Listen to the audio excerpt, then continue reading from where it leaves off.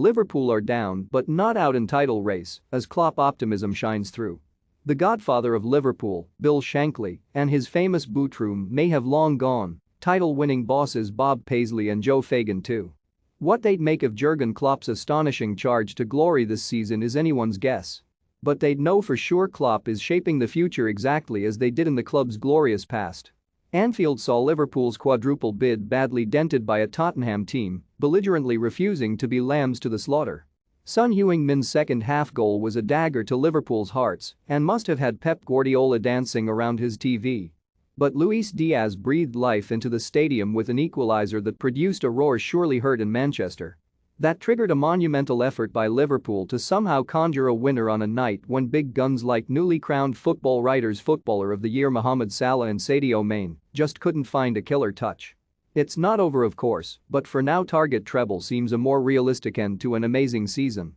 If the big prize is gone, Klopp knows it'll take every bit of quality, class and focus for his cop stars to pull off a three-cup haul.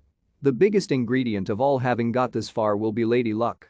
Apart from a handy deflection off Rodrigo Bentancur for the equaliser from Diaz, luck deserted the German coach and his players last night.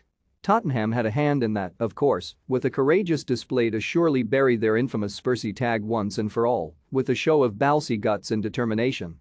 Chasing down Manchester City, Klopp and his men have been playing without a safety net in their pursuit of their 20th league title for a while. Trying to predict where Liverpool might slip up has been a fruitless exercise, especially as before Tottenham arrived they'd lost only 2 league games all season and 3 in total after a Euro defeat against Inter Milan. But this was always going to be a tough night, especially for expectant fans who had dared to dream of insane glory. How many trophies will Liverpool end the season with? Have your say in the comments. An evening game under the Anfield lights is always a trial for visiting teams, but Tottenham, chasing a top 4 place, executed Antonio Conte's game plan superbly.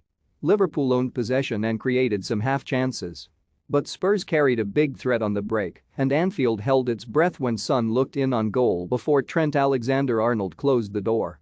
And they could barely look just before halftime when Pierre-Emile Hojbjerg clipped the outside of the post with a shot that had beaten Alisson.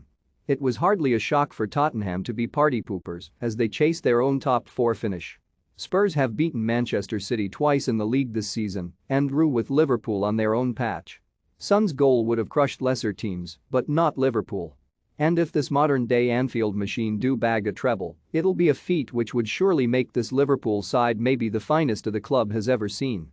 But what about Klopp himself? The German is every bit the modern-day manager. But he's a throwback too. Cut from the same cloth as tough, wily Scott Shankly who shaped Liverpool's story, he's a winner with the same ruthless will to win as his forebear. Klopp's legacy is already assured. Whatever happens in the next 20 days, a quadruple would have eclipsed a legendary Scotsman and made Klopp arguably the greatest Liverpool manager of all time. But the bigger picture for Liverpool is still one of hope, optimism and huge expectation, regardless of how many trophies they bank this season. For now it's advantage Guardiola and Manchester City. But in a crazy season that's been full of surprises, no one at Anfield or the Etihad dare blink.